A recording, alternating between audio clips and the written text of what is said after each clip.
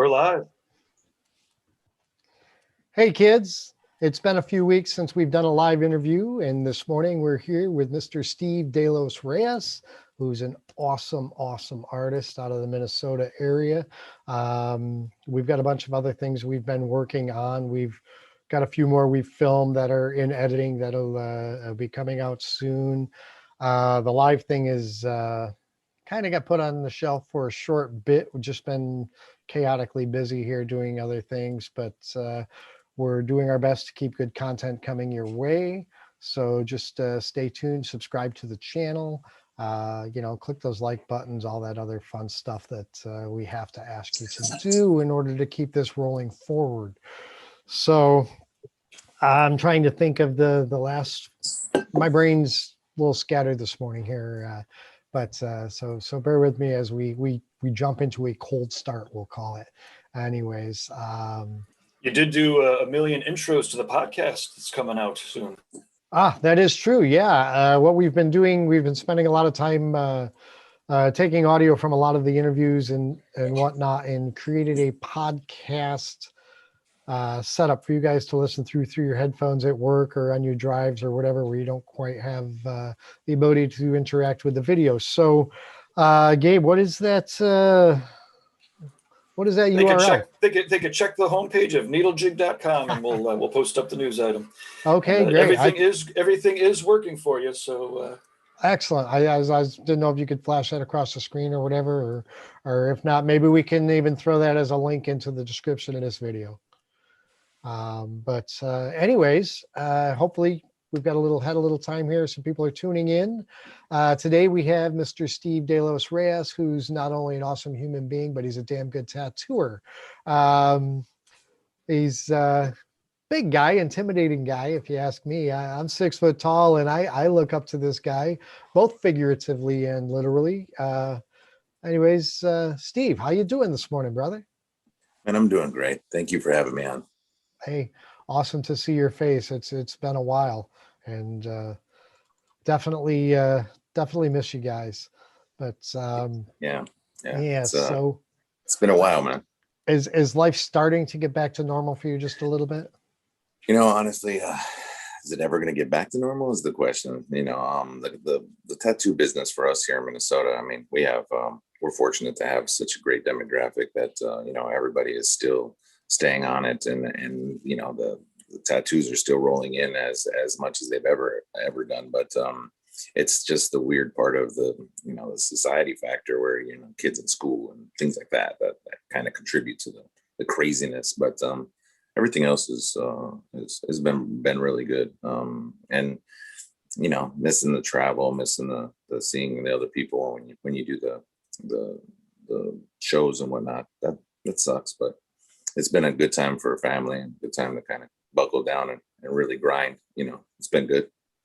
Well, I mean, it's awesome to hear that you've been busy with the tattooing end, but I know you have to have some additional time without the travel and the chaos. What have you been doing to fill that time? You've been picking up art projects or just squeezing in more tattoos? Well, as you mentioned earlier, I'm tall, so obviously I have a background in basketball, so I coach basketball also. I'm a 17 UAAU elite team where we travel, and I was just in Louisville, and we got Orlando and Atlanta coming up. So I do try to make sure, because I think if I overdo it, in tattooing, you want to really stay fresh. I always feel like, the best advice, and I think you're one of the guys that confirmed this for me, especially early on in my career when I was an apprentice, but because you've been around that long. But gee, thanks for pointing that out, Steve. But he said it was like, you're only as good as your last tattoo. And I feel like I always want to swing for the fences and hit home runs every single time now, and give it the best swing I got. And typically, I have a lot of happy clientele, but we just do our best to make sure that we have a nice yin and yang of business and pleasure. Yeah, I mean, you got to keep the business and the family balanced, but I find it's also helpful to have some other outside interests so that you just clear your head of tattooing and art once in a while, and it could be it could be art, it could be painting, could be something else artistic, but just to shift gears is what helps keep me fresh, so I don't feel like I'm bogged down in any one area. Right. Either that or it's kind of ADHD and I just see a squirrel and I chase it. I don't know. I'm easily distracted. A lot of people know that for sure, but I also don't take on other tasks lightly. So I know you take everything you do so seriously. I mean, and yeah, you're one of the more interesting guys that I've met in tattooing, just due to your previous life, let's call it. Yeah. You went from narc to pirate. You made that you jumped ship, man, and that's kind of cool. I mean, do you talk about that a whole lot, or do you care to, or do you just? I mean, it's just part of who you are. It's right. It's a big part of who you are. I think what led to that is probably is pretty crucial to the story also. When I was younger and I was playing basketball and I was overseas and doing stuff like that, it was great. And then I came back and my mom, who had a substance abuse issue, was in the hospital. And my youngest brother, who's mixed race, and he is a fantastic young man, but he wouldn't have had a choice. So I wound up taking him on. And that's where I wanted to and I thought because I was making good money, I could just kind of swing in and just get custody of him and just take him back with me and get him a tutor and whatnot. And that's not how it works. State of California, they want to see all your history and all that stuff. So my grandmother, who was in law enforcement here in Minnesota, said, "Why don't you just become a cop?" And I'm like, "Ooh, I don't know, Grandma. I think they shun on the amount of, extra stuff. The green wasn't necessarily legal in California at the time, and I don't think they're gonna like that idea." So when I came to Minnesota, I was like, okay, well, I'm gonna raise my youngest brother. I'm gonna go through all that whole scenario. See, I had the education because I'm a graduate, and so I went to see what it would take, and it was a short stint in school to learn some of the stuff that it would take to get the job. And then I applied at the first place. They see a 6'7" guy walk in that speaks Spanish, and they're like, "Whoa, yeah, we'll take that." So I wound up getting a job relatively easy. It's not easy like the process, but easy as in the first place I actually applied that I really wanted, that I got it. So and then they start you off in the jail and they move you around to courts and then warrants and whatnot. So it's kind of crazy that you're helping and doing all these different things, and then you wind up working your way through all the way to the end of the road where you're doing the outside the building stuff. So and it was interesting because just it was as you're seeing come to light, there's a lot of things that are in the business that aren't necessarily what you would think it was, and I'm not trying to delve into it too much, but what I was really happy how I got into tattooing was the next step. My grandmother got breast cancer, and she was my rock, and so when she got breast cancer, one of the days that she had some clarity because she was on that morphine like week after week, and then I went to her room one day and she's, "Steve, I want to talk to you." And I'm like, "Whoa, where'd this come from?" And she's like, "God gave you art." And she's always believed in my artistic abilities. And she's like, why don't you just let, art make money for your family? It'll provide, just, you got to have faith in it. And I'm just like, "Grandma, I'm not the most religious guy and I'm not the, but I wanted to really kind of think that, I could believe in whatever, but that happened to be the last thing she said to me. And I woke up the next day. But she sounds like an awesome woman. She was amazing. She was a rock. She yodered me all the time and gave me these verbal judo tricks that I had like years after she got me again. So when she passed, I literally felt like, all right, I got to do this. I'm gonna go do this. I went to get a tattoo of Clint Eastwood on my arm because we used to go to Clint Eastwood movies all the time. And sure enough, I was sitting in the chair and getting a tattoo from a pretty well-known artist in our area, and he was was talking to me about it, and I said, what's the process? You know, because I'm airbrushing cars and trucks and making money that way. And he goes, why don't you're a graduate, an art student, you know, what the heck? Why aren't you a tattoo artist? And I'm like, well, you know, I don't know enough about it, and I don't know what the process is. And we started talking about it, and he said, you know, I made X amount of dollars at the sheriff's office last year. And he goes, well, you want to double that? And I'm like, wait, what? And then he started talking to me about, you know, what the process would take, and you know him. And so he's the one that introduced me to you. And I mean, like at that time we were, you know, I was late in life, you know, starting my tattoo career. So I was very fortunate that I was able to find the right niche, and it seemed like everything was just perfect, you know, like everything just worked out exactly the way it was supposed to. And then, you know, you're in good company starting late in life. I mean, it's Bob Terrell's done all right, you know. I mean, he's a late bloomer too. So yeah. You know, like I said, you're in good and company. He's a cool dude. Bob's been cool every time I've you know, ever approached him or tried to talk to him. He's always been like, you know, really accepting, you know, nothing but positive from the guy. Yeah. So I've only heard one story of Bob getting irate, and I don't know. I don't have video of it, so I don't think it really happened. So yeah, it didn't happen if it's not. Yeah, he's. They don't come much more chill than Bob for sure. Yeah. He was, and you know, that's. I didn't try to like chew his ear about tattooing. I just wanted to kind of like have a beer with the guy. You know, I was at the table. I wasn't actually the primary conversation piece. I just kind of sat back and just listened and try to soak up as much. Every time I meet somebody that I really like their style of work. You know, that's one thing I've learned about the tattoo industry is that there's a lot of misnomers and a lot of things like that before you get into the industry. You just don't understand. Of course, there's both two sides of that. But for everybody that I've met and that I've been fortunate enough to meet, that's had a little limelight on them. They've all been really good.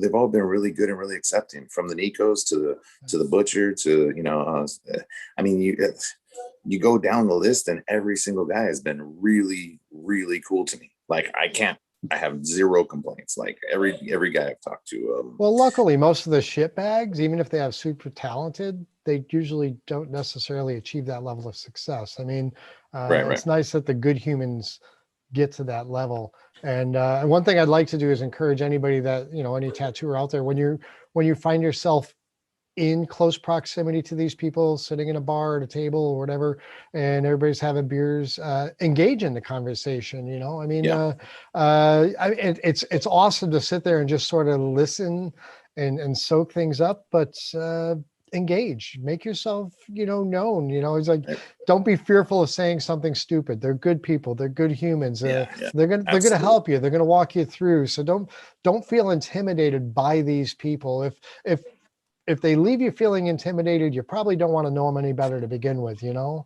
So that's just something I want to put out there for other people. I don't know if I was, I don't know why, but that's how I got to where I'm at, is just walking up to people that were really freaking good at what they did and just talking to them, you know. And I don't know if I'm ignorant for doing that or what, but it's just they're people. They're just people. Most of them are good. So right. And I mean, we all carve out our own niche in our own area. So like people act weird around me when I'm here in my area, and it's nothing like it's just one of those things where if you're again hitting home runs on a regular basis, then people start to get to know who you are. But you know, you do your best to kind of, you know, just make sure that you're you know, approachable and that kind of stuff, because they'll build you into something like the people on TV. Like I don't know how many other people I've seen on different shows and whatnot that have been like nothing like the people that you would think they are from the TV shows or any of that stuff. So I mean, and it's really cool. I enjoy it thoroughly about that part of the industry, and I was really shocked and surprised by how cool that was. And like, you know, there's some big name guys that are just absolutely awesome, you know, and exchanging numbers with them, and they're like, what? Okay.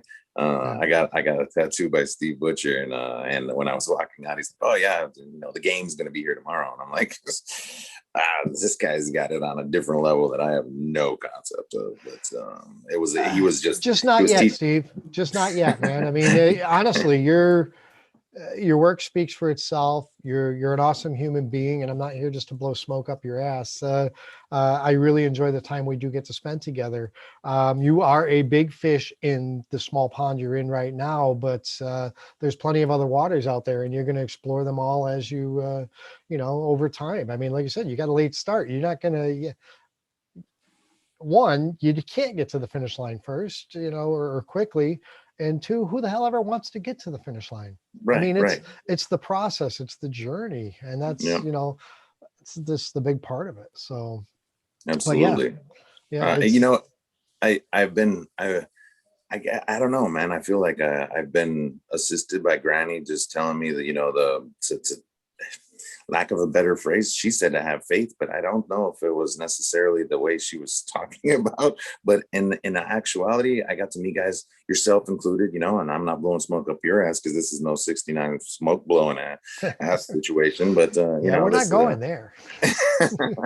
But it's still like I get to meet those kind of people, and then being on your team and whatnot, and the coordination of learning, and there's a lot of things that I'm a listener because I like to learn where and what people and how they the process of like getting to where they're at, and some of the things that they do that are different than what I do in order to kind of associate that with me, and I got to meet some of the bigger names early on in my career, and then see them later on in my career, and see where they've like progressed in that same amount of time, like how they're forging forward to kind of modify what they do and even their palettes and the things that they do. Because you'll see some guys, they'll develop a color palette or whatever and stick with it, and that's it, and that's all they do.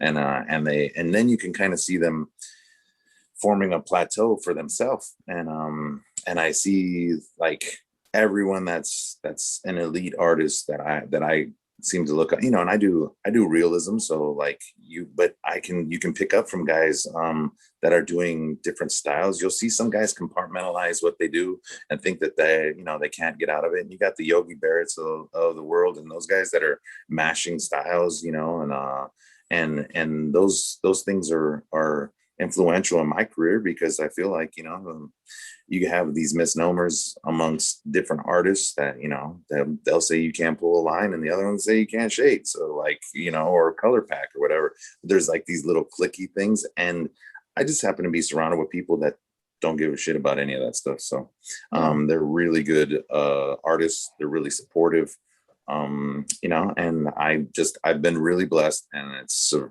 exactly what my grandmother says it would be. It's providing for my family. Yeah, I mean, anybody knows me knows I literally can't stand religion in any way, shape, or form. I personally believe to think any one of them is correct and all the rest are wrong is just, I can't understand that concept at all. But faith, you have faith in yourself. You have faith in the Exactly. process. You can have faith in other people. You can, you can have faith in a higher power. Right. Without pinning that on any one individual, I mean, Absolutely. it's Absolutely. I'm cool with that. I'm very spiritual. I just not religious. That's all. Nailed it on the head for me, Mark, because I'm exactly the same. I didn't have the heart to tell grandma, I don't think, that's going to do me any good, grandma, because, the way she was meaning the have faith thing was not, but you're 110% correct on have faith in yourself, have faith. I could be 110% wrong too, but I mean, that's just absolutely. That's how I live. That's how I deal and cope, and that's just me. It doesn't need to be for everybody else. And I'm learning that better as I get older. I used to run around and try and, tell everybody that, no, I'm right and you're wrong. And I'm like, no, it's 50-50, man. It's a coin toss. I could be right. I could be wrong. And I'll share my opinions and knowledge and whatnot with you. And you take what you want from it and you continue to form your own. You know, Right. that's how I'm getting in my old age, as you pointed out. Thanks. But you know, No, I, I did. I'm trying to be more flexible and And understanding. sensitive, apparently. Well, and I'm gonna say the pandemic has a lot to do with that too, man. It's kicked all of our asses one way or another. You know, we've all lost people. We've all had to prioritize. You know, our friendships, our relationships, our time. We all, I think, understand how much more precious time is now. You Absolutely. know, Yeah. so yeah, I might be more sensitive now, you know, but it don't mean I won't throat punch a motherfucker when I have to, you know, because I'm still me. I don't think But anybody has to worry about that part of you. not too often anyways. But Uh, cool, man. So you're coaching basketball. yeah. Yep. You're tattooing your ass off. Yeah. It's Uh, crazy. It's crazy. are you headed back out to some shows or Yeah. Well, the Minneapolis one was tough. It's my home one, but yeah? they were jumping around with schedules, and and some of the people that I have on my schedule have been waiting years, and so a 2 year wait's a long time. And I can't just reschedule somebody flying in from Chicago or something like that. I can take them to the show, but then I'm adding Nice. more hoops to jump through, and it's just really tough. Especially if because I have some that are coming down from Canada and that kind of stuff, because they're still trying to figure out how to open the border, and Mhm. they have a small window, and there's just things that are contributing to that. So when they were jumping around from week to week to week on the Minneapolis one, it just made it too difficult for me to do anything and just stick with my schedule the way it is. And so it sucks that I'm going to miss that one out. And because they had some other shows, but as you know, COVID made it difficult for any foot traffic. So you would see snaps of empty venues, and you're just like, yeah, I don't want to have anything to do with that. And there was no way for me to foresee if they were going to be wide open. And it looks like things are kind of getting back to normal for them, so which is cool. But there's no way for me to fix that. And all of July, I'll be coaching every weekend. And then after that, I'll probably start in Denver and then just work my way through the schedule. I know Health City is one of the ones that I want to like. We've coordinated with them and we've talked to them, and I have some friends that are going that are from the West Coast that I'll probably booth with, or at least I'm talked with. And then I got some guest spots. I usually do 3 or 4, if not more, guest spots a year, and I haven't been able to do those either. So I have clients with existing pieces that I'm doing, larger stuff on that have been waiting patiently. And again, man, I can't tell you, Mark, I have the best clientele. Like, I'm just super lucky. That's all there is to it. I'm just really, really lucky that I have the people in my circle the way I do, and I have great people that I work with and around. The front of the shop's really, really well ran. I know I own it, but like the people that are in the front they do amazing jobs with having the schedule, because my schedule can be a nightmare sometimes, and with all these things popping up and kids, and Oh yeah, there's a family in the background yeah, there yeah, somewhere. yeah. And they hunt and fish and do all the stuff that I like to do. And the day after Christmas, we go chase ducks down to Oklahoma. So we still have our, and then we go every other year. We go back home to California and Arizona. Where I was born in Yuma, Arizona, which is not an awesome place, but I was raised in LA, Long Beach. So we'll go back and we'll visit, and I'll walk through Pooch's shop, and I'll go and I'll try to hit up Steve if I can, if I can get out there. And he lives out in the burbs, so I'm trying to get on his schedule if it works out, and just stuff like that. And just do the best I can to continue to kind of blend the both, family and work. And the people at work are my friends, so it's just like visiting, friends all over the place. Like, that's why I want to go out to your area east. I want to go see the palatial estate that Mark lives in. You know what I mean? Like, there's It's all right. I love it. It's beautiful, man. I know you've told me all about it. It sounds It's one really of nice. those things though. It's you take it for granted. You Yeah. anytime I look, Minneapolis is gorgeous. That whole area is beautiful. Yep. But people that live there, people are coming in here. They're like, well, where should I go? What should I see? And I'm like, I don't know, I spent my whole life here and I really don't know what's worth seeing, other than the few common big things. But, like there are so many nice trails and, I live right on the Appalachian Trail and there's so many cool things to do that I learn from other people coming into the area because they're seeking out specific destinations. And I'm like, well, shit, maybe I've only lived here the majority of my life. Maybe I should look into that. Maybe I should check it out. So I take it for granted. It's Scout it out sad. for them. Yeah. Yeah. It's like everything. We always take the things and the people that are closest to us for granted, Yeah, absolutely. unintentionally, but Of it course. happens, it's just Mhm. life gets in the way. True. And, it's the things that kind of take over, kids sports and little things like that will chew your time up out from underneath you. And then you had all the best intentions of doing some things and you just have no more time. So I'm really lucky that some of my kids really like just being with me in the outdoors, because then I get the best of both worlds. We live right now on the river, Mississippi. So every day when you wake up, you look outside, you see ducks, geese, swans, everything that, you can think of. And it's gorgeous. So I do a lot of wildlife because my demographic is basically a lot of outdoorsmen also. And then word travels fast. So I get to do a lot of it. There's some scenes that are exactly what it's like to be here, and it's gorgeous. So I get to jump right into things that I'm very familiar with, and it's pretty fun. I'm trying to delve into a bunch of other things like I love to do portraits. Those are a lot of my favorites. But a lot of times when you're doing a specific species of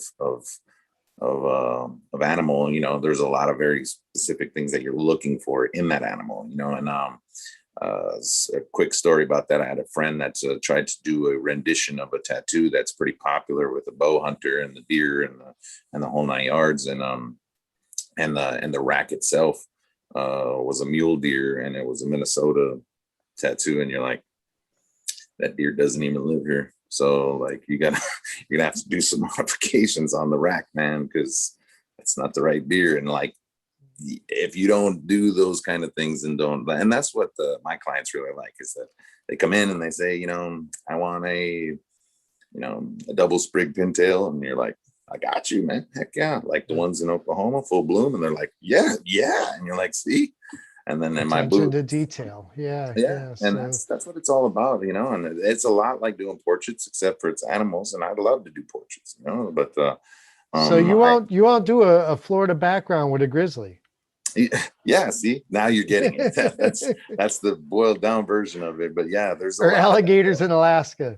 Yeah, it's craziness. But you'll see people that will try to delve into, there's specifics. There's a lot of that kind of stuff. And you try to, if you're, we always like, I duck hunt a lot, and it's one of my favorite things to do. I have so I do a lot of birds because I see a ton of birds. So when I go duck hunting, there's a couple different ways to do it. And then when you're up here in the north, you're in the marsh and the swamps and lily pads and pencil grass and whatnot. And when you're hunting in Arkansas, it's a lot of like standing timber and that kind of stuff. And when you're hunting in like Oklahoma or Texas, it's field hunting, and it's a lot of lab work and a lot of dog work and stuff like that. So so when somebody comes in and wants waterfowl, you're like, okay, and you ask all the right questions, they're 110% and like know that you are exactly who they were looking for to do a piece like that. And that's the fun part, and I'm sure it's like that for the people in New York and people in LA. Well, you're using the right foliage and the right flora and everything. Yeah. And I happens to be my own personal interest, so it really fits. Like it fits the clientele. Makes it easy. Like, yeah, absolutely. I mean, it takes a lot of the work out of it, so to speak. That's awesome, man. Same thing with fishing, and same thing with like but I've been kind of focusing on doing more portraits because I would really like to do. I just feel like I can flex that skill because I've had it, but I just don't get them walking in because we have some really good artists in our area. And with those artists that are in our area, there's a lot of they've been doing only that for so long that they have that draw for that specific style, and I like to do it. That has Bernie in it. That was hilarious. But there's a lot of fun stuff that we do here at the shop. I do get a wide range, so I can't. I'm just gonna focus more on my book's open here soon. So they get at the end of the waiting list because they've been waiting so long, and I'm only going to take a handful of people and then kind of keep it at that for quite some time. So it'll be, it'll be good. It's awesome that it's awesome to have such a demand that it can be booked that far out, but that has to be truly frustrating too, though. Like not just for the clients, but for you, because I know you because you're a caring human being. And for you to look somebody in the eye and say, oh, yeah, I can get to you in about 18 months or, 22 months. That's like, I'm glad I'm not in that position, to be honest with you. Yeah, it's very real. And the thing is, you try to reel it in. Like I would have to not take clients for, I don't know, years, because my current clients, what typically happens is, they'll book or whatever, and then they'll want more. And then they'll see like, oh, okay, that is amazing. And, so I want to get more. So then they get another one and they get another one. Next thing you know, you're doing a sleeve, but they want the primary time. So they're once a month getting, they're on your books until they run out of money or skin, and that's just, we live in a very good demographic financially. So it's going to be skin. You just got to tattoo bigger people, Steve. That's yeah. Or smaller, really tiny people, so you can get more of them in. Yeah, that's true. It's just a very good. That's why for any of the artists out there, when you want to do guest spots and stuff like that, this is a great spot to kind of get outside the box and call some artists, because we've got some of the best artists, and that when you go to competitions and you see the same guys on the podium because they're competing with you at home, it's really good. And that means that we have a really strong artistic presence in the Minneapolis Twin Cities area. And if it's not, Travis Chavez or Fong, it's Scotty Monster. Yeah, you have some really, really solid guys that are killing it, and so. Yeah. It's like when I was tattooing every day or whatever, based out of the Phoenix area out in Mesa and whatnot. Like it was just amazing that such a large number of solid tattooers were based out of that area at that point in time. Aaron Coleman and Tim Lehigh and Roper and Grimy and just a ton. Because tattooing still wasn't elevated to the point it is today, but considering back then to have that concentration of artists was awesome. So I can almost relate to what you're talking about. We will, if it's okay with you, we'll stick it in your contact info into the description below for people that want to reach out to you for guest spots and whatnot. Sure, absolutely. That would be cool. But understand, people, you're going to have your shit together, because you better have a skill set, and you better be a decent human, because I know Steve, he doesn't tolerate a lot of bullshit. So, we have a great clientele base, and most of the guys, even the apprentices, are booked out a couple months. So I'm like this. So there's the demand is there. The problem that you have is that they're pretty finicky on who it is that they like. You got to have a really good book to show them, because if you don't have the right reference or the right skill set, then they know that, because we have 7 shops in our little suburb outside the Twin City area. So there's a lot of people that are doing script and stuff like that in our area, which they're killing it. So typically we don't even get them to come to our shop, because they can just not have to wait at all and go to another shop in our area and get some solid script. But when it comes to anything, as long as they're getting good work, that's all that matters. Yeah. That's exactly it. And that's the fun thing, is that we have other shops that are like within a mile, and we get along great with them, and we know where we're at, and we know where they're at, and they don't try to we don't butt heads at all. As far as everybody's there's plenty of clients. There's plenty, like I'm booked out as far as I am. I have 6 artists at the shop. it's everybody's booked, everybody's comfortable, everybody's doing really well. So, and we know that the other shops are the same, even if they're not kicking out home runs, they're still in the game. Nice. It's always awesome to hear when somebody's doing so well. I mean, because I know there's certain locations, certain areas where people are still struggling, or Mm-hmm. there are areas all of a sudden economically depressed where it wasn't before. Right.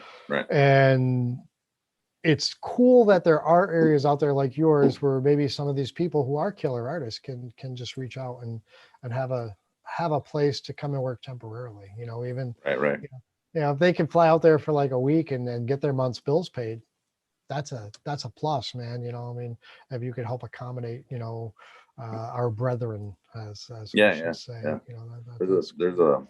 it's a great, like, you don't realize that Minneapolis is, got, however, 6-7 of the Forbes 500 top 10, you're like, that many. Yeah. From 3M to Honeywell to you name it, there's Target, all those, so there's a lot of them that are here. So the people that work there are now, because this is one of the benefits of having stuff on TV, is that it's been mainstreamed to the point where they don't feel so like it's taboo as much, which is a yin and yang, because of course we like that part of it too. But when you start having corporate money come out to pay for a sleeve tattoo, and they're getting nothing but like stuff that fits them, cabin work, and like the different scenes and stuff like that, they love that. And the money's there. Like I said, it's the skin that they run out of, not the money. So like you get to do a lot of and they're really cool people. And now that it's not and the kind of shop I have looks like it would be the living room of a cabin up north. You walk in, there's a bunch of our artists, are like a lot of art on the walls. But once you walk into my back booth, where I'm at, it's, I did pallet wood throughout my booth, and I've got mounted ducks and mounted fox and a bunch of paintings of wildlife and stuff like that. So it feels like, you're in a cabin up north. And so like that's what I like, and everybody can kind of associate with that one way or another, especially in Minnesota. So like, because it seems like everybody has a cabin up north, and they all kind of deck it out with that Minnesota motif, and that's kind of how we made it. So it feels really, and there's TVs everywhere, so you're watching movies constantly, and kind of you can be engaged with your clients if you want to, or if they want to, if that's what their comfort level is, or they can just sit back, watch a movie, and kind of like try to zone out and focus on where they're at.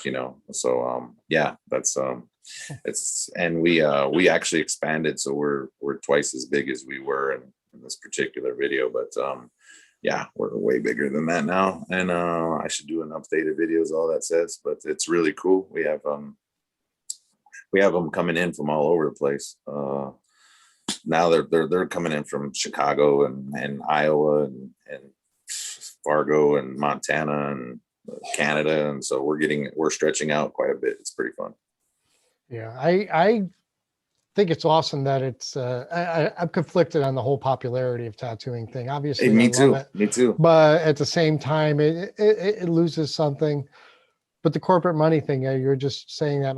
I was thinking back. I'm like, it was probably the I don't know, mid to late 90s. I was tattooing this CEO of this international corporation who used to he had a luxurious home in Scottsdale. Massive place. You would have loved him because he had a walk-in gun safe built in the center of his home. The guy was an avid collector, and but he was a CEO of this multinational corporation. He lived in Phoenix, and it was a Japanese firm. So he would literally call me up, with like nothing but a day or two's notice or something. Sometimes not even that. Tell me, I'm going to be flying in. I'm only home for this number of hours or this day. I'd be like, sure, not a problem. Let's, we'll pick you up at the airport. Come, I'll tattoo you for this many hours, and we'll get you back on the next flight. And and that was just, it seemed totally bizarre at that point in time. And, like I said, mid to late 90s. I think that happens a lot more than people think nowadays. Yeah. It's just, it's strange. This week, I tattoo a diamond wholesaler, a contract only cabinet guy for like the high end like mansion type stuff in Minnetonka where there's like nothing but millions, and then a concrete guy that runs like for huge companies. He's one of my clients too, and like it's one after another, and honestly, like a lot of the guys that I have too are because the housing is going up so fast here. You got contractors and construction guys, but that are making money hand over fist. So they're just, and it's just blowing up. It's so fast and they're building, like the houses are going in so quick. That's our housing market here in Minnesota is incredible. Like just recently bid on a house and it went, 70 over what the asking price was. Like 70 grand's a lot of money to go over asking price before, like, and it's just insane in our area because people are moving in just like flooding. And it's crazy because Minnesota, Minneapolis, but when you get here and you start seeing every pond has ducks on it, every field has a deer in it, and like everything looks like a painting, and it starts to go, okay. And then the schools are, number 3 in the country, and the colleges are right there. So you're like, what's not good? The weather. That's why then the rest of us can't get any lumber. It's all up there in Minneapolis right now. Yeah, they're killing it though. They're doing well. They cut it here too, so it doesn't hurt. You're hoarding it. You're just not letting it out. That's I wish I had any sort of insight on that, but the winter's the only, and that's why I've been kicking around the idea of expanding, and maybe starting a shop in the lower part of the United States. I've even kicked around like where I'm from in Yuma or someplace over in that range because Yuma's growing pretty fast. It's a military town and stuff like that. So I've thought about it. Slowly creeping up on the snowbird age. Right. I'm 48, going to be 49, Mark. What the heck, So, I remember 48 and 49. Shut up. Yeah, it's fast, man. And you got young kids, and now some of them are teenagers about to graduate and start talking about college. And I don't know if I'm gonna be an empty nester because I don't think I'm gonna leave one nest. I think I'm gonna go from nest to nest. Yeah. So I looked at Yuma because of my ties there, and so I'm still kicking around the idea. I've thought about one of my artists at the shop worked in North Carolina, and he really liked the area. It's a military area that he was at, and he was killing it. And we've kicked around the idea there too. But we're looking for the demographic that's making the kind of money that they're making, so you can kind of target your business plan. Not a lot of money in Yuma. Not a lot of legitimate money in Yuma. Yuma then. Yes, I've had dental work done in Los Algodones. Yeah, Algodones right across the border there. Yes. I was just there, and you'd be surprised. It's the foothills and all that stuff, the retirement community. You thought it was just retirement community. All of a sudden you're seeing another college, 4 high schools, you're like, okay. And then you're starting to see like the military bases expanding. So there's a lot of like, whoa, wait, this is almost like the formula is there. It's just still Yuma. So every misnomer of Yuma from back in the day is still the same. You're like, it's kind of a dingy little, the gangsters used to go there and hide from the law because it was right by the border and they could still be in America, but just go across the river and they're in Mexico. So I haven't been there in 15, 17 years probably. So well, you haven't missed much except for the growth. I don't think anything else has changed. It's still I wish I knew that growth was coming. I would have invested down there when I was there. That would have been a great explosion to be part of. But it's gone fast. I was just there probably 3 months ago. I flew into San Diego and rented a Corvette and drove through the mountains. And awesome. I don't know if you've ever used Turo, but it is a hell of a little setup. So you can borrow someone's car basically, like they pick you up at it's a pretty slick setup. So and then I drove You it can through the you mountains. borrowed somebody's Corvette. Well, the way Turo works is that it's people that own the cars, not national budget or any of those other ones. It's the people. So then you sign the same kind of contract, and then they pick you up at the airport, and you take their car, and they hand you the keys, and they're like, "All right, then we'll see you." And it's covered by insurance and the whole 9 yards, and you don't have a limited amount. Like I had 500 miles I could drive. That's it. But I wasn't going to drive more than 500 miles in like 3 days, so I just had to go to Yuma, which is 100 and something miles away, and then 100 and something miles back, and then whatever I did in town. So I had plenty of space. I do that with the wife's Highlander, but I'm not doing that with my F-Type, man. No. Right.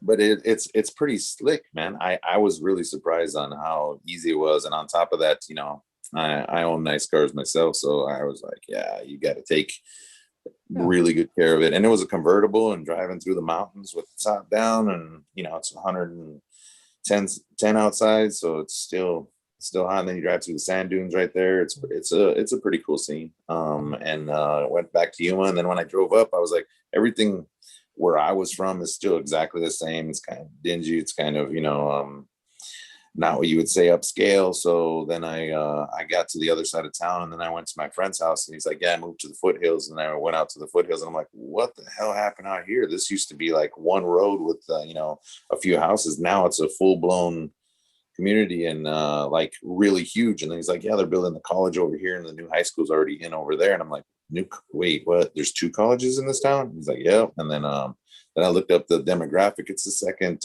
biggest city in Arizona. Believe that.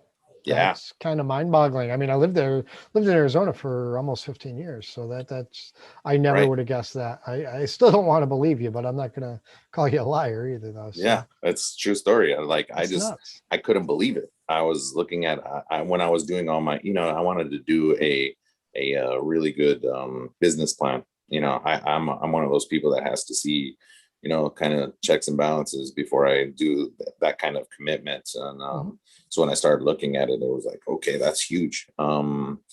So if you think of that now, that's not including the suburbs like Scottsdale and blah, blah, blah, that are around Phoenix, because that's still Phoenix, that's like us outside of Minneapolis, but they still consider us in Minneapolis part of their, how many people live there. So, but it's growing super fast. So, and it was hard for me to believe too, Mark. When I got there, I was like, where did all this come from? There's actually 10 Walmarts and that kind of stuff. You're like, what? Since what? Like, that's crazy. Maybe next time my daughter's out in Tucson, and maybe next time I'm out there, I'll take a little hop, skip, and jump over there and see what is happening, because you've got me intrigued now. So that's I'll share the process with you and share what I learn about it, because I mean I was born there, and nothing great has ever come from there. I mean, Cain Velasquez. You came from there, Steve.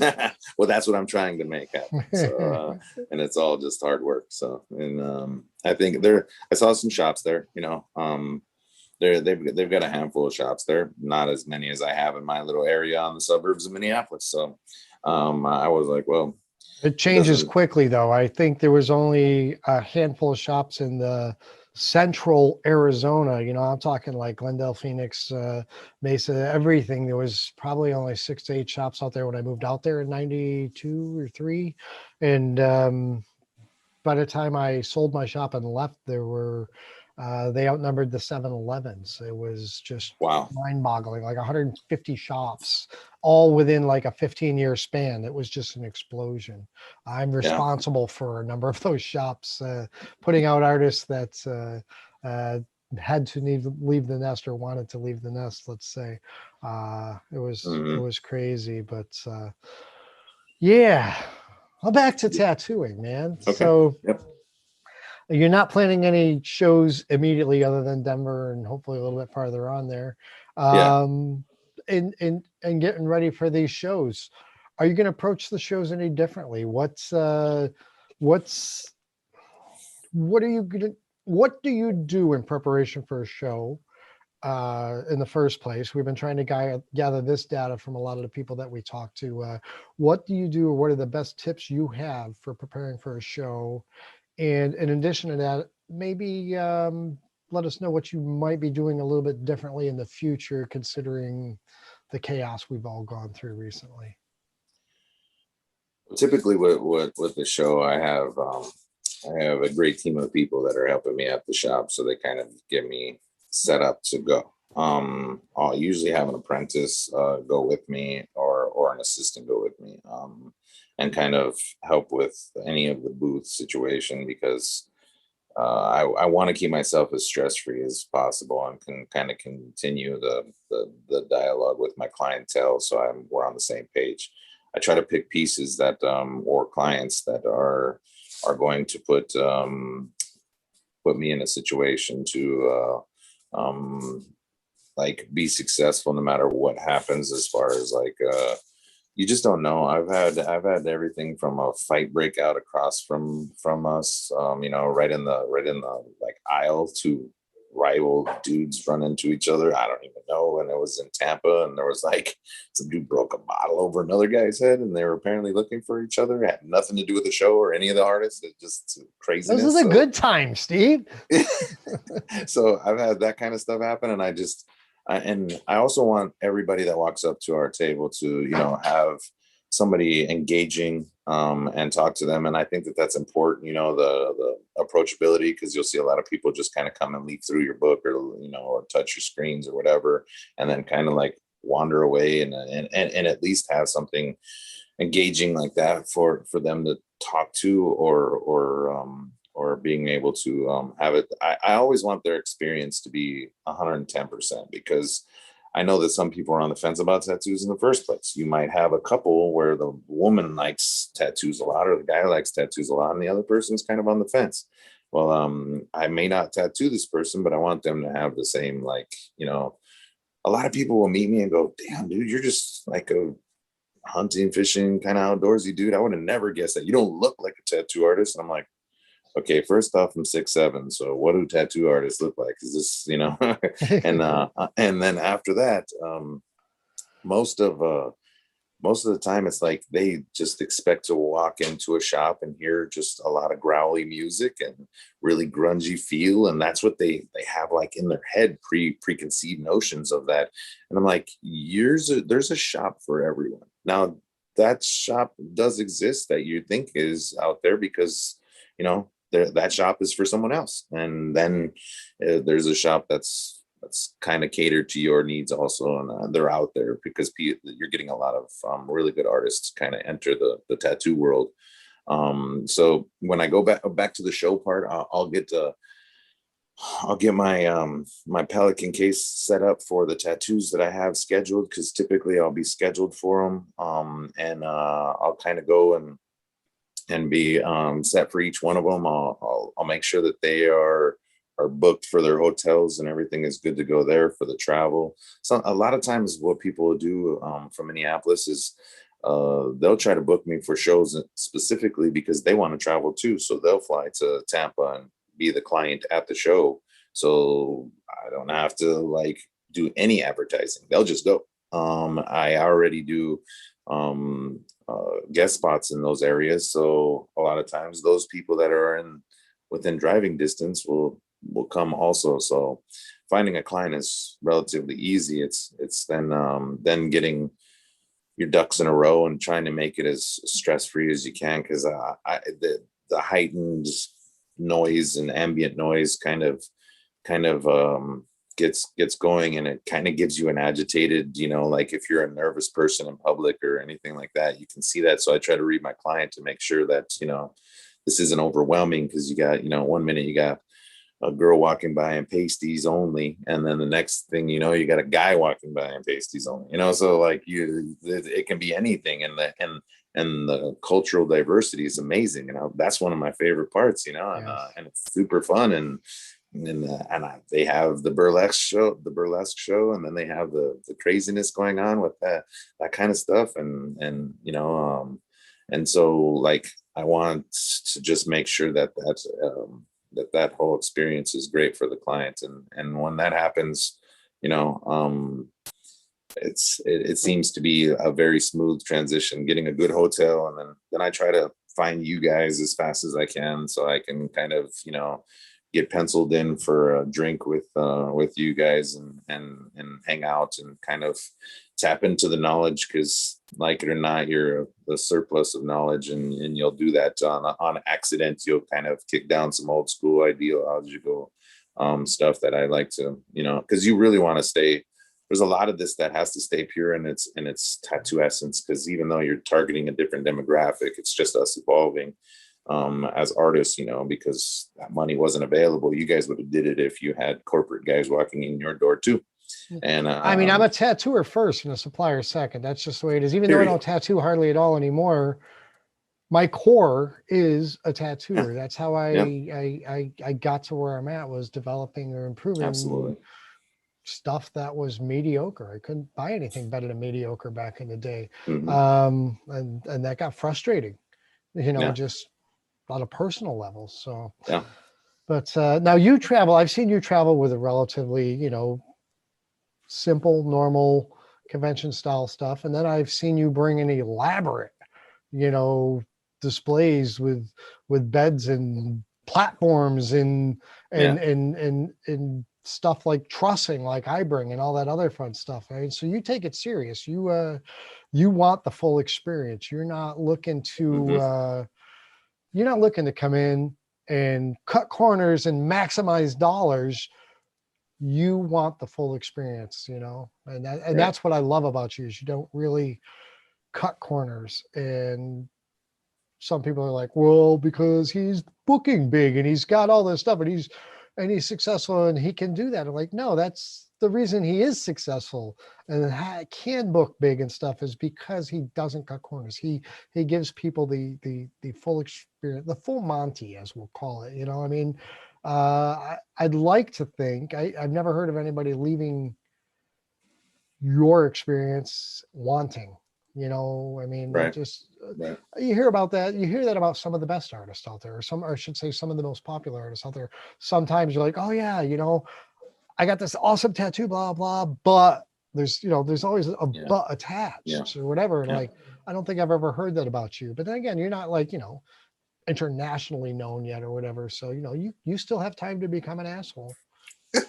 Plenty of time for that.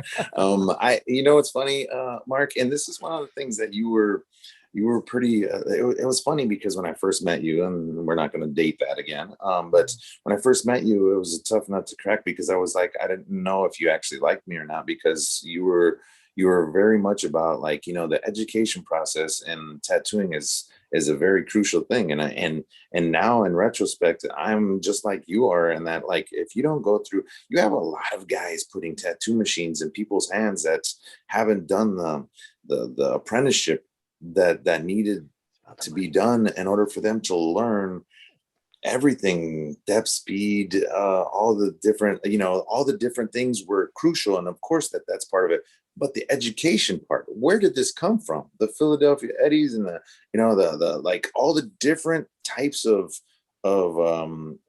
education process from, Horiyoshi, and like, you needed to know that, whether you're going to do that style or not, you needed to know like what was important about specific styles in the education. There's like almost like a curriculum that you needed to be taught. And I think that was important, but I also think it's a lost art now, because you're getting a lot of people that are going through short apprenticeships because those shops, are wanting the money more than the quality of the artist. And I'm super lucky that I've found the right people and found, some really good artists around, and that'll always evolve. You know how that is. They want to stretch their legs or get out of the nest. I've had a few of those also. But they've been the best artist in their shop, as far as busy, and as far as work ethic, and as far as, education wise, and that kind of stuff. So, and I think that reflects back to one of our earliest talks about, like, pay your dues, learn all the right stuff, learn everything, from the needle making, building machines, what goes into building your own coils, what goes, like, how do you do it now? Do it. Like, can you do it? Can you figure it out? Can you, reverse engineer something in order to put it back together? You and I had a lot of conversations about little things when you were developing the needle cartridges, the things like that you were talking about, and what was important. And that's what sold me on, being part of your team is that, you were always that way, detail oriented. And I think that surrounding yourself with those kind of people is crucial. And whenever you talk to one of these really, really elite artists that are doing things that whatever style you like is doing the things that you really like, I think you'll find that they were well educated. They did it the right way and understand it. They didn't just get a machine shoved in their hand and say, okay, now go make me some money. That's not the way they were taught. And you'll see that's becoming the minority. And that's an unfortunate part of our development also, is that, you're starting to lose some of our history as tattoo artists. And I think that that's one of the things when I'm apprenticing someone, I want them to get back to basics, and I want them to understand why there's this many toes on a dragon, and this, those kind of things that are important. You may never do a dragon Japanese style, but about it, you're going to understand why this was developed this way, that you're going to understand why those artists were doing the things that they did in order to accomplish, the foundations for you to be able to do this. And I think that that's important. And that's always been your cut. You've always told me about different ways of, I learned a lot about needle making and a lot about that kind of stuff in my apprenticeship. And then it developed by talking to you about the evolution of cartridges and things like that, and what you were doing, the kind of what you were looking for as a product, and those kind of things. And I knew that we were on the same page on a lot of forums when it came to that kind of stuff. So it was really good. I was really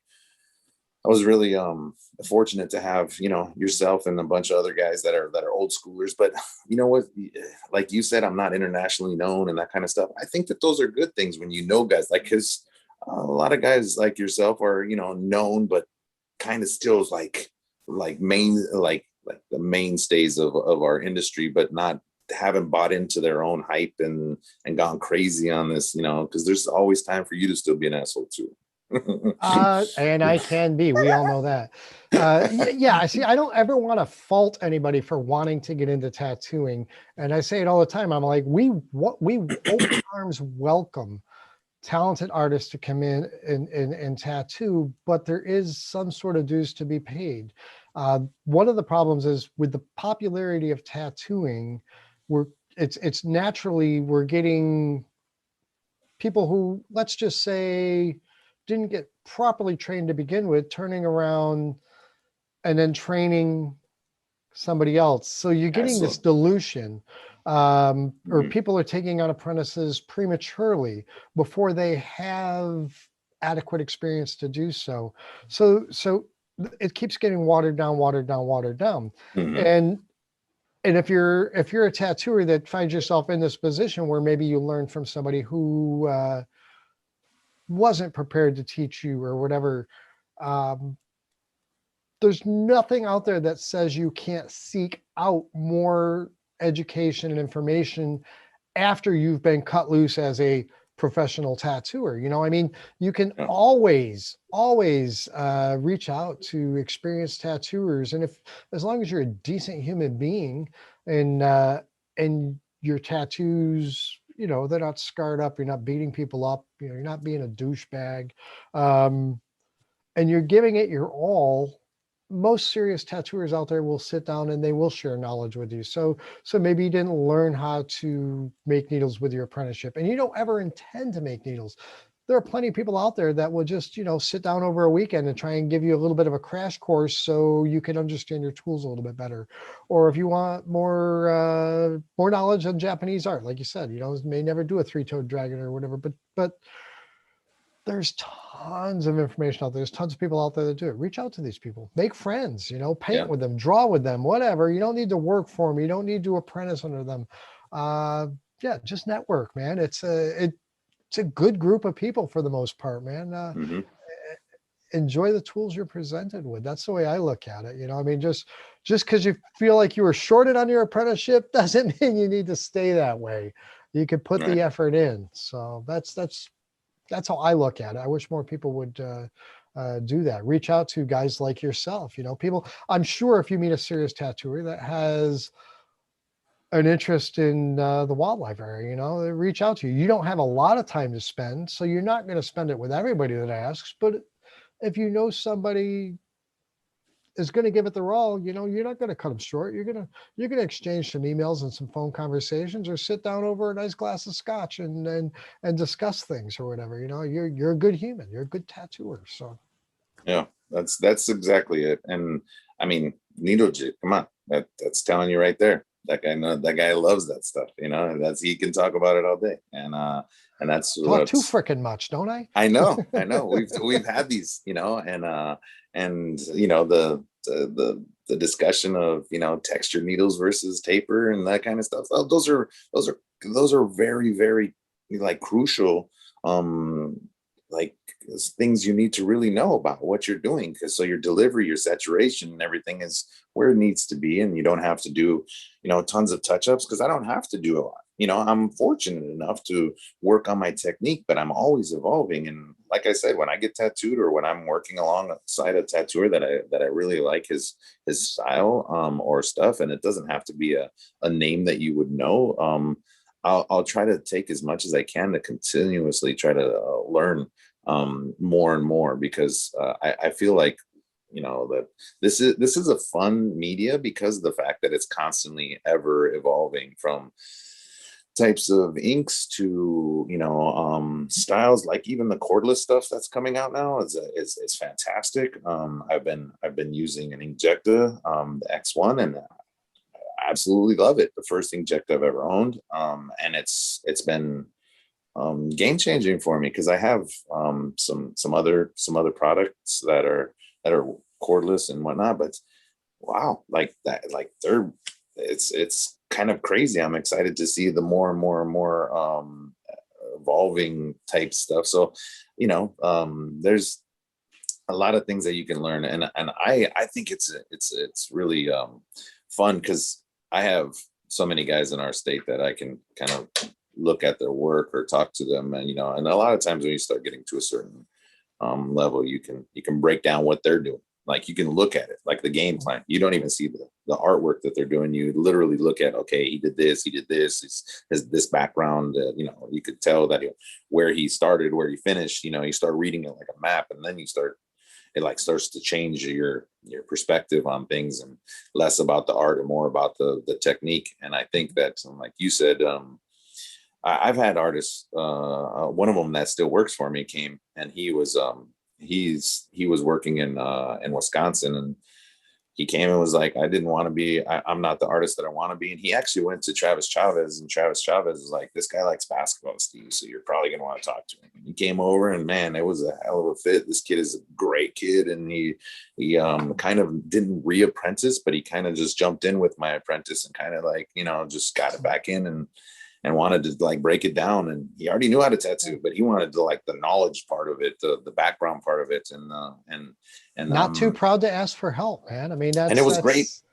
Yeah. Cool. And now he's absolutely killing the game, and he's booked, and he's just like, he's sought after, a good looking kid, he's great personality. Like he's just fantastic. And we have a lot of that. And ironically, I have an old schooler, like super old school, used to own 2 shops and that kind of stuff. And this is his like little retirement setup, where he's just got one of the booths in the back, and our booths are huge. They're 10 by 12, and they're only and it's got a privacy wall with a little cutout window, so you can kind of like look through if you want to, or pull the curtains if you need the privacy, and TVs everywhere. So he's got his one of his whole shops crammed into this little booth, and he's old school. He makes his own needles, he does his own stuff, he does everything on his own. And so every time you have like one of them really, really old school things, he'll tell you about the glory days and some of the craziness that was back then. And then he'll also, like trying to evolve, and push himself forward also. Now big time resistance. He's never going to be full rotary, the cartridge guy. He's never going to be that guy. It's always going to be his way. He does to be. And I know. And that's the best part about it, is that you have, both ends of the spectrum in the same shop, and you have like, so it's a really good environment to be in, especially if you're a young artist. You can walk back there and go like, look at this dude wearing a kilt, making his own. You better bring him to dinner next time we go out, man. Yeah. I want to meet this guy. You already know him. Okay. Okay.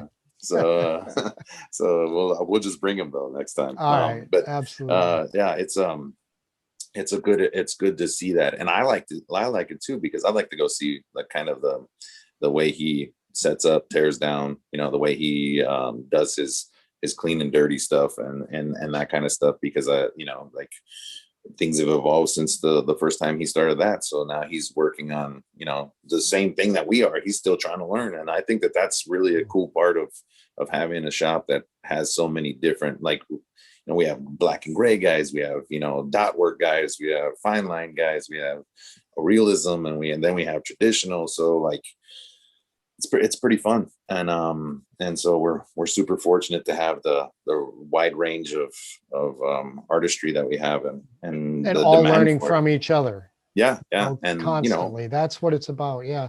These guys that just, want to just lock themselves away and you hear about the shops that hate each other, this, that, the other thing is it's not competition, it's fear. It's just their inability to be flexible or adjust to, or to just be friendly. Some of these people just can't be friendly. So right. Egos, man. Egos. You get that, like, they start to buy their hype. They start to believe in their own hype. They start to think that, they get a couple people that think that they're amazing. They start to believe that stuff. And you're like, man, the some of the best artists you ever meet, like, that have accomplished so much, are just the most humble guys that want to work their tail off. Don't get me wrong, there's a ton of egos out there. There's some fucking newsies, but sometimes, like, there's a level of, like, confidence can be misconstrued as cockiness, and if you're really confident in what you're doing, those guys will often give you the same amount of respect that you give them. But if you're coming in it like timid and you're not confident in it, it will come across like you're like, nah. And you'll see that a lot. And when you're trying to, like we talked about earlier, the Bob Terrells, the old schoolers that you run into with that, they're super cool as long as you just, be a real dude, man. And then you have the newer people, and from the Megan Jeans and Steve from what do you call it? Tagaderm and all those people are just absolutely awesome. You'll run into them and it'll be across the, what's up, bro? Like, there's so many cool things. And then being in, the Bahamas with them and that kind of stuff, you start to, really gain some cool relationships, and there's some really great people out there, and no hate, but nobody's hating. Why? If they're hating, they're just, like you said, a little bit afraid of you. There's and plenty of business for everyone, and absolutely, the people that are really hurting for business, like, there are some that are in areas that are just, like I said, they're hit hard, they're economically depressed or whatever. But for the most part, if you are on top of your game, even in an economically depressed area, you should still be busy, because you're really, if you're good enough, you're going to be the first pick, and everybody else should be fighting for the crumbs. If you're struggling and you're fighting with other tattooers for the same business, that means you haven't elevated yourself. You haven't. Absolutely. If you were one notch ahead of them, not you don't need to be miles ahead, but if you're one notch ahead of them, and that could be tattooing wise, it could be artistically, it could be personality. But if you had any advantage over these people you're fighting with, you'd be busier. It's just that simple, man. It's like, because people, I can't say people aren't stupid, but for the most part, sooner or later, people figure it out, and they're going to continue to go to the better shops. They may start with the shit shops and then slowly take a while, but sooner or later, they're going to find the better shops, and those people are going to stay busier. And they don't need to be the world's best. They just need to be a step up ahead of the other guys. That's all. And so when I see people, like, fighting for business and everything, I kind of want to sort of point fingers and go, dude, just go learn something, anything. Learn better lettering if you have to. Learn anything. Learn something, and you will get an advantage over the competition. And if you're not willing to put in that effort, you deserve to be where you're at.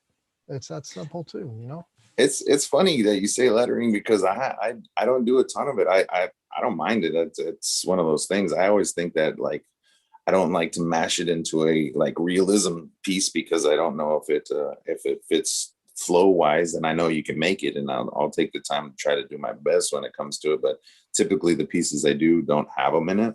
But I've had a career in tattoo, and of course I've done a million script pieces, but I still can just watch the DJ Betts and the other guys that are like, so amazing at it and make it look so fluid. And it like, this guy is the industry standard for decades, and you're like, this guy is just amazing. Look at this, like everything flows amazing. And so when you're trying to teach somebody how to do it, you use these resources in order to kind of go and like reinvent. And a lot of times when I'm apprenticing someone, I'll go back and I'll learn a lot.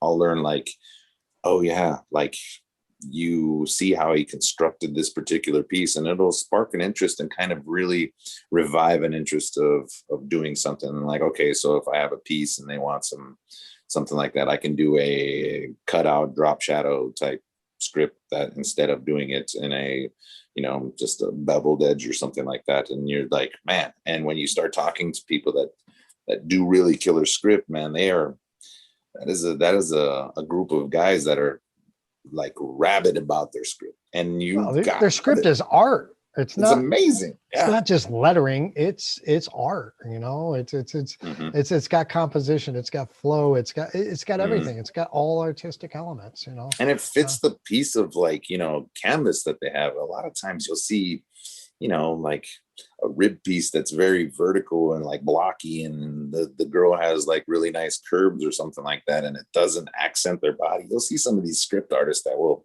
take the flow and know the biometrics and the organics of the muscle grouping, and then go ahead and like kind of like make it fit that you're like, damn, that looks so clean. Like it really, really helps the lines of this person, and it doesn't counter the lines, because you'll see some of that. You'll see flow go the wrong way, and then it doesn't feel right when you see it, and then you're like, ugh. And we get a ton of walk-in stuff that comes in for cover-ups, and we get a lot of it. And it's because those artists weren't educated enough to say, we have to do this in order this way for it to actually accent you and look good on your body forever.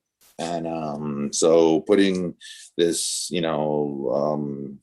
Roman numerals on you in this particular spot is going to eventually read like this, because this is not a good real estate for you. And you don't tell them that way. Obviously you have the tact, and again, here comes your training. You go, okay, so the flow of this would be and then you kind of like lead them to understand why you're saying what you're saying. Now, if they want to still go with it, of course, you're going to have to do either compromise or say no. And there's going to come a impassable crossroads. And the good part is, if you're at a really good shop, the options are to still say no. And if you're not, you're going to do it. And I look at it a couple different ways. Like, yes, I agree. Every tattoo should make the client look better. You are beautifying, you are decorating the person. Yeah. So whether it be script or text or a fish or whatever you want to do, it should work with the lines, the flow of the muscles, and right. and the size, scale of the body, all that or whatever.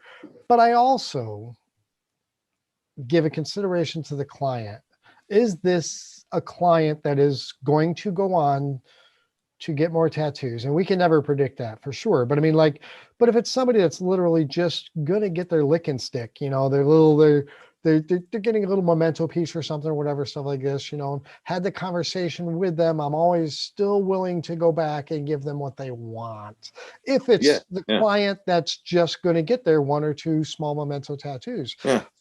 But if I start talking about the vision, the flow, all stuff like that with somebody, and you can start to see that twinkle in their eye where you're like, this fish is going to be on the hook for a while. I'll steer them that way. Or whatever I'm doing, I will also give consideration as to how can I, while I'm designing this lick and stick, I'm thinking, all right, I'm leaving myself open-ended for covering or integration into something larger later. Right. Is how I work at that, because I do not like the shops that do turn people away that want valid ideas. And I mean, given if you're a guy that's been booked out 2 years and you're doing nothing but backs and sleeves for people coming in paying top dollar, you're not really the best candidate to be doing a Gemini sign on their bicep, right? But I mean, but you have people in the shop that you can kick that off too, or I say kick it off too, but like, you know, that are will happy and willing and eager to do so. But for me, like I said, I always want the customer to be happy. That was always my goal, you know, but I would give consideration as to, like I said, future cover up into the piece I'm doing now.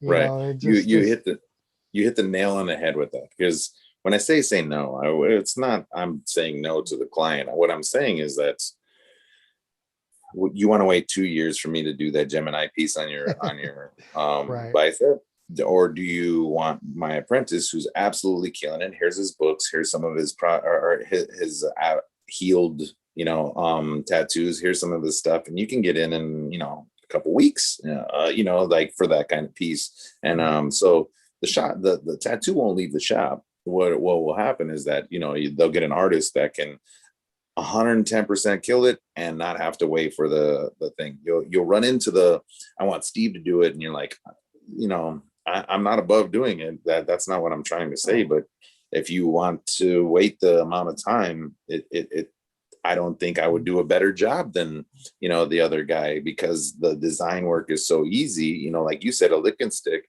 that there's really not a conceptual difference between him and I. It's just going to be you know, put on the stencil, hammer out the details as far as sizing, and go. And that's why it's like, if you want that, let's go ahead and go talk to this other guy, and he's going to go ahead and, you know, get you in on the books and really knock it out. And I always guarantee him, like, I always guarantee, like, if my apprentice is doing it, I guarantee that tattoo, I will go back and fix it myself if I have to. And I've done it. I actually did it last week, you know, and it wasn't something that a tattoo artist didn't do. It was that the guy really wanted me to do it. He went in with another artist that he knew at the shop. He went in and got the tattoo, and it wasn't the finished product he was like hoping for, as far as like depth or whatever. So I got to go in and, you know, back up my guy and finish it. And my guy didn't like, oh man, there was no animosity. There's no nothing. It was like, I got you, bro. Don't worry. Like, we're on each other's team, you know, this guy. And he was like, oh man, he did such a great job. He did this, he did that. But, you know, I just thought it was going to be a little bit darker, a little bit this, a little bit that. And I'm like, all right, I got you. No problem. And he was my apprentice. So, you know, my apprentice was like, you know, he calls me the big hookup because I go and I'll do it like, and we don't have any, you know, there's no competition between the two of us, not because one of us is better or worse. It's more that we're on the same team, man. We're trying to give like tattoo clients. Building a business. You're building a business, a clientele. You're an establishment. You're part of the community. It's huge.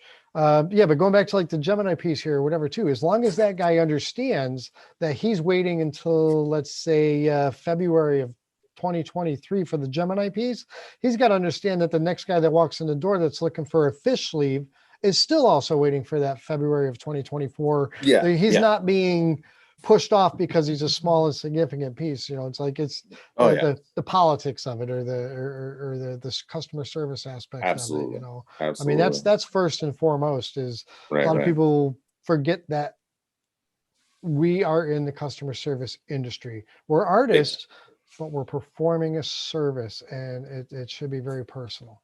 Right. I don't ever want to be the attraction. I want my art to be, you know, I don't want to be what they're coming there to look for. You know, I'm not a hot dude. I'm not like, I want to be like a good conversation. I want their experience to be the tattoo and not me. But I mean, there's something to be said for that too. That's just my approach. It doesn't mean that any other approach is like wrong or right or whatever.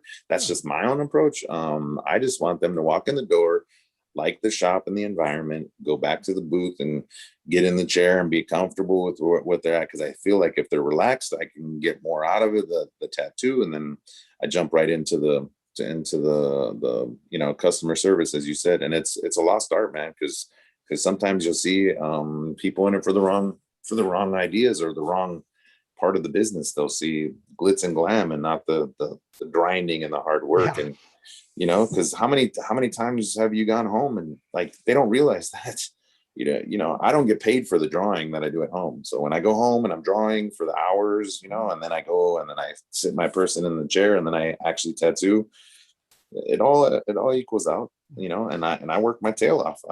I try to be prepared when they walk in the door and be ready to go right when they walk in, and that's the best I can do, and give them absolute all my attention and kill it. And no, they don't see the fatigue too. I mean, you're like a ball player leaving the field at the end of the game. I mean, like it's taxing, mentally, emotionally. I mean, physically even. It's if you're putting your all into a tattoo, you go home and it's like, I'm not eating, I'm going to bed, sometimes, where you just, it drains you sometimes, not the littler pieces, but when you spend all day on somebody or an extended hour a piece, customers don't understand that, they just, to them, it's like, giving you money, they're getting a finished product, and they may not understand everything that's involved in it. Right. They don't see the ice bath after the game. That's for sure. They one of the things that we've really done really well at our shop is do the 2-2-2 rule. Is 2 months we check in with them, make sure everything's good, their appointments looking good, and making sure that we're still on point with the idea, because sometimes the ideas change in that long wait that they have to get in on the books in the first place. Then we do 2 weeks and say, did Steve give you any homework? Because the idea of photorealism has the word photo in it. So we need whatever photo reference that you're going to send that you liked. Do not send existing tattoos. We want to create for you right off the bat. And then the 2 days is like, okay, nothing's changed, we're good. And that's how we do it. And we seem to have, minimize the reschedules, minimize the last minute changes. We minimized a lot of that with just making sure we implement that 2-2-2 rules, and making sure people know. I've kind of adapted some of the styles of other artists when they open their book. I've seen some really cool renditions of like what to expect when you want to get on so-and-so's books. Like a lot of the artists are like, if you're going to want this, this, and this, then I'm not doing that. It doesn't make sense for you to apply to get me to do it when there's 4 other artists in the shop. And please send the artwork. We'll give you the right reference and we'll send you to the right person. Yeah, but we'll find the best person for the job for you. We want you to have the best experience possible. Absolutely. And I may not be that, it's okay to say so. Right. And it doesn't make sense to wait those that long to get the stuff. And they'll be like, oh, it's real simple. You could just do it. And you're like, simple, like unless you do what we're doing, you don't know exactly what simple is. And and at the same time, simple doesn't necessarily mean that I still have the time to do it. Like I typically do 2 big 4-hour sessions or 5-hour sessions a day. And to kind of get them, because I'm doing big sits all the time, I can do something just a little bit bigger than my hand, whether it's color or black and gray. So we're covering good ground. We're getting finished pieces out of it, showable pieces. And then we rock that out and kind of chip away. Their tolerance is really good because they're booked once a month. So we're able to really get in on that. If they're traveling from out of state, that's when it changes, right. Where you're trying to get, a back-to-back or a full day or whatever. And we'll do that too, which isn't a problem.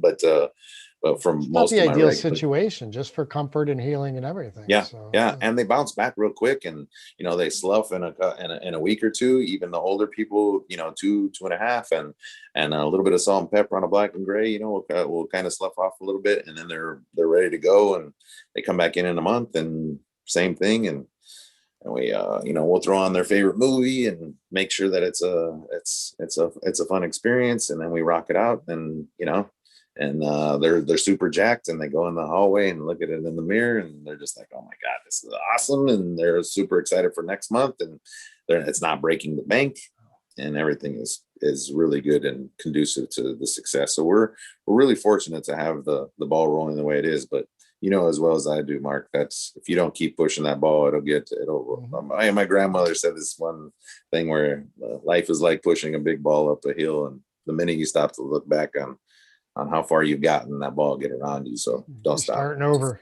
Just keep going. Just keep pushing. Yeah. And I do like that 2-2-2 rule that you just threw out Yeah. there. That's kind of cool. I'm going to keep that one filed away. You did say something about like, did Steve give you any homework or whatever? Do you give your clients any specific instructions for preparation for, let's say, the week before or 24, 48 hours before, for preparation for, I used to tell people, definitely make sure you get a good night's sleep, couple nights, Yeah. good night's sleep, Yeah. try and be properly nourished, try not to be drunk and hungover or dehydrated. I was doing that, 20 something years ago. Yeah. Is that something that you integrate into your process? Because obviously you want them coming in the best condition possible. Yeah. I always tell them it's like a heavy workout or something like that, because you don't realize that it's taxing your body. Your biggest organ is taking a hit, so you're going to be on the recover, on the mend. So you'll have an immune system dip. You'll have the comfort factor. Like, I'll try to explain to them, what you're going to be sleeping in that night, what you're going to like change your sheets and to not the 500 count silk ones, or like you wanted to make sure that you're like ahead of the ball game on all levels. You don't just take the cash and kick them out the door? No, they got to be an asshole to do that. But I don't have many of them. I can't even say I've had many in my whole career, but I do. I try to make sure that we're really on top of it. Same thing with aftercare. So we give them, the cheat sheet with the aftercare. Make sure that they're comfortable with calling us if they have any questions. We deal with a lot of the different types of, because we have such severe weather changes here. We have a lot of different allergens. Then, if you have a lower leg tattoo or something like that, and you have dogs, you don't know if you're allergic to dog dander or whatever. If you have an adverse reaction, don't get crazy about like, your dog licked on it while you're sleeping on the couch or something like that, because it's happened. Trying to lick the ointment off or whatever. But if it has any form of, an adverse reaction at all, then you're like, just get it healed and we'll take care of it. No problem, and making sure that they know that this is an abrasion that they're healing, and that they have to just kind of treat it as such. And typically, we have great heals. You're going to always have because we live in Land O'Lakes, you'll have the one that calls back and goes, it's really light for some reason. You're like, so what did you do after you left? Because we only tattooed you 2 weeks ago. And then like, I was boating all weekend. Yeah. I went up north. I was only in the water for a little bit. And you're like, yeah. All right, get in here. We'll give her a quick touch, but and a lot of times those are the smaller pieces and younger people. I'm fortunate that, again, the demographic is kind of like they weed themselves into a specific category. And then I'm able to do the tattoos that are like, on people that are like a professional, anything collectors, is going, real serious collectors. Yeah. And they're not going to come to you and spend thousands of dollars, right, and then do everything they can to hinder the healing. They're more intelligent. Right. And you'll have the college kids and stuff like that won't do the things necessary in order to take care of the ones that they, so you'll have a combination of both, but we accommodate everybody. We just try to make it exactly what I would want, basically. And I've been fortunate enough to be tattooed by some really, really cool people, and really, and the experience and their engagement in the conversation and stuff like that. So, I thought was critical for the relaxation of getting the piece. And so, I've been fortunate, and I just got to continue to grind and continue to stay on top of it and evolve. As soon as I see something that I think is cool and that I can implement in the shop, I do. That's awesome, man. That's what we keep doing. It's just trying to, I don't want to say look for the next advantage, but just look for the next level of service that we can give our clients. Not to get the advantage over anybody else, just to make it a more pleasant relationship all the way around. That's what we're looking for. Yeah.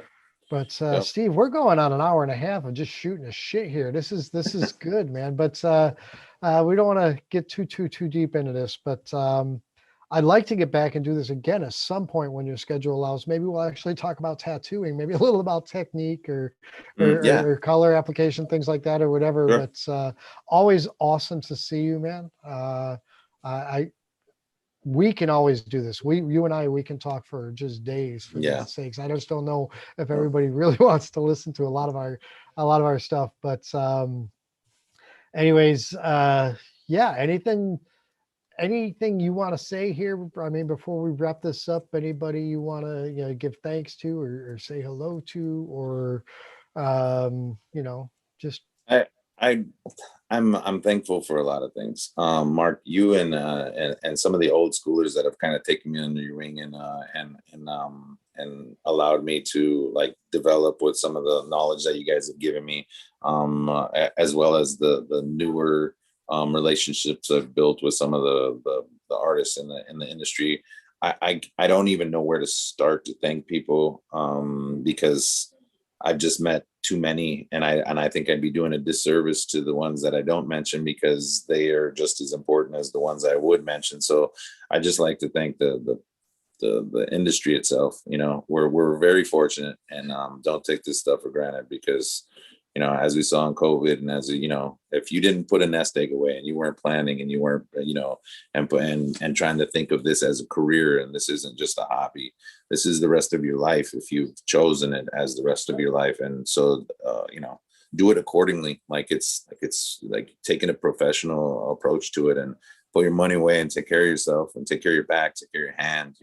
One of the best things I could think of is that Steve Butcher told me, he's like, your hand is like a tire. It only has so many miles in it. Make sure you spend them wisely. Make sure you really take care of yourself. Take care of your back. Take care of your elbows. Take all your joints.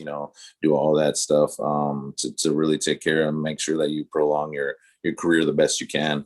And I think that was a critical turning point in my career, where I started going, okay, I got to start focusing on the artwork that I feel like can define my career when I get to the point where I'm gonna not be a tattoo artist anymore, which I don't know if that'll ever be. That'll probably be my straightest line ever when I have a heart attack, just and then just drop the straight line for the first time.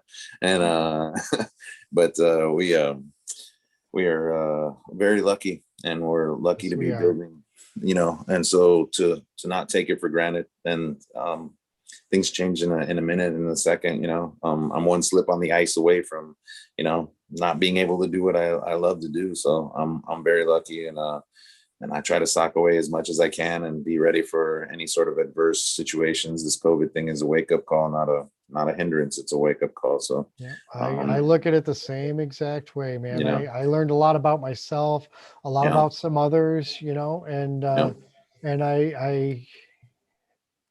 I was taking life for granted. I was taking business for granted. I was taking a lot of things for granted. That's it was a wake-up call, and now I feel better than I have in many, many years. I'm being more productive. I'm enjoying my days more. I miss you all. I absolutely do. But I don't foresee myself putting that kind of chaos back into my schedule anytime soon. I'm still going to do shows. I'm not going to do as many, and I'm going to approach them differently. Absolutely. I'm approaching everything differently. So, and it's just the way it is, but love you, man. Always good to see you. Thank you. I've got to ask you, you've got to do the whole like, share, subscribe speech, man. Tell people to hopefully tune in and follow and listen, man. Yeah. We'll do. I appreciate you taking the time out of your day, man. I really do. It was good seeing you. Hopefully, that glass of scotch will come sooner than later, and we'll be able to talk about the little things that these people don't want to hear about. All right, man. It's been a great one, and thank Gary too. It was cool. Cool, brother. All right, man.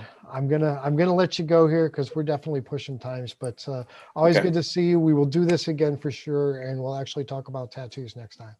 Yeah, that would be great. Okay, time to smile and wait for the camera as I hit the end button.